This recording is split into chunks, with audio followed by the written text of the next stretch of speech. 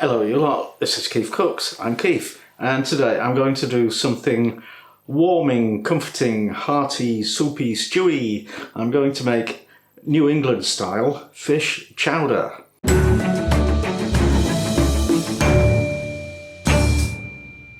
This was requested by two people, Outlaw and Cindy Murata. Now, chowder, it comes in, there's two main types really. There's New England chowder is milky, creamy and whitish, and there's Manhattan chowder which is tomato based, so it's red. I don't know how you can have two things that are so completely different but still described as being by the same name. So basically there's no such thing as an authentic chowder, right? I mean, there is, it's what your grandma made if you live in Maine. But everybody else's grandma also has their own variations, so, you know, which one's right? We don't know. So I'm going to try and stick to what I think is more or less authentic, but obviously you may not put bacon in yours, you may not do this, you may not do that, and you can let me know about that, but don't be aggressive about it. Anyway, if you enjoy this video, give it a like, share, subscribe, ring the bell, ring a ding ding, get notifications, etc. And let's go on with it. Let's make that chowder. Ingredients, I've got 450 grams of haddock. You could use cod or pretty much any other white fish. 500 ml of fish stock, 250 ml of double heavy cream, 250 ml of milk, some flour to thicken the soup, about 100 grams of fatty unsmoked bacon, 450 grams of potatoes, 1 medium onion, a small handful of parsley, a couple of sticks of celery, a teaspoon of dried thyme, 2 bay leaves and 30 grams of butter. The bacon is a little bit controversial. It should be salt pork, but we don't get that here. Don't even know what it is. But also some people insist you don't put bacon in it anyway, and I don't know, but looking at the recipes, the majority of them do use bacon. I've chopped this into little bits, and I've specifically picked out the fattiest bits because we want that fat to render down. Let's get chopping. Now we need to finely dice the celery. So just pop these in a bowl to get them out of the way. And then we'll top and tail and peel the onion and finally dice them. And we put the diced onion into a bowl as well and get that out of the way. Now we need to do the potatoes, so I'm going to peel them, because I do. There we go. Pop these in that compost. And now we need to chop them into 1 centimetre, about ½ inch dice. I need to finally chop the parsley as well, but I'll do that later. So we'll get these out of the way. And I just want to chop my haddock into, well, 3 bits. It's still got the skin on, which is okay to start with, but we will remove the flesh from the skin after it's cooked a bit. I'm just cutting them now because they're quite large and probably won't fit in the pan easily.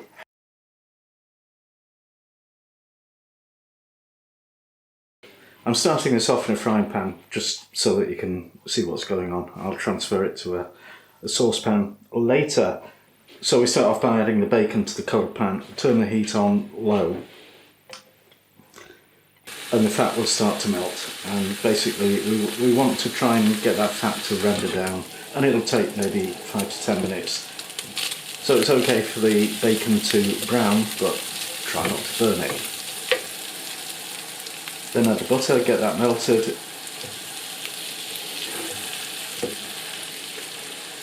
And then add the onions and the celery, the thyme, the bay leaves, and saute those for about 5 minutes more until the onions are soft.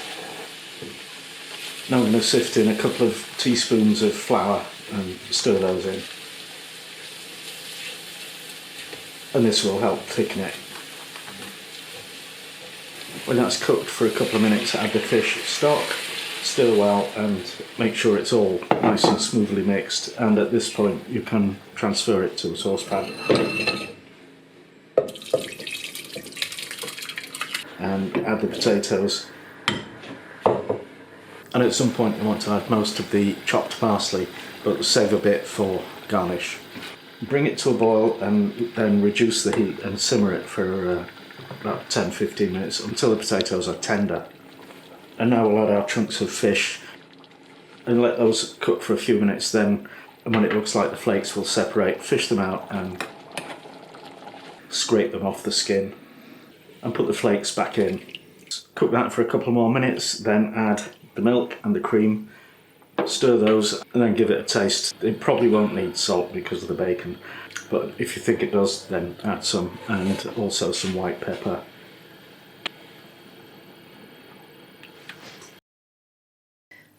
The chowder's basically ready, so now I'm going to serve it in a bowl made out of bread, because I've had that in a restaurant once in Dubai and it looks fantastic.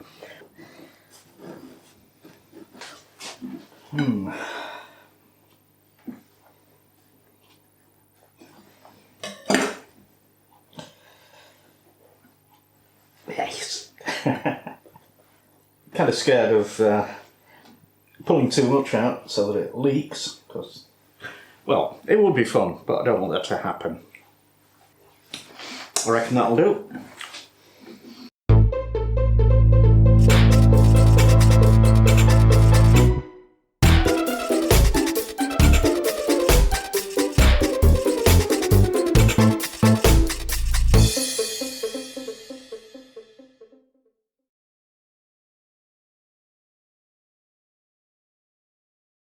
And now it's taste test time with me. Mrs. KeefCooks is a bit under the weather. I think she's got this super cold that's going around. We don't think it's COVID. Chowder in a bowl of bread.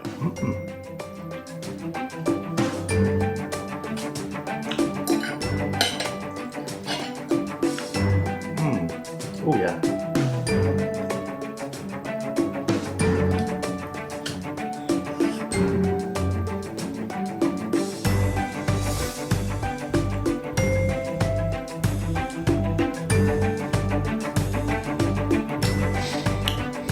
There is nothing wrong with that.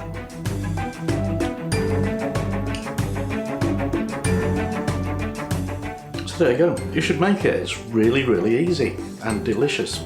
Anyway, thanks for watching and see you next time.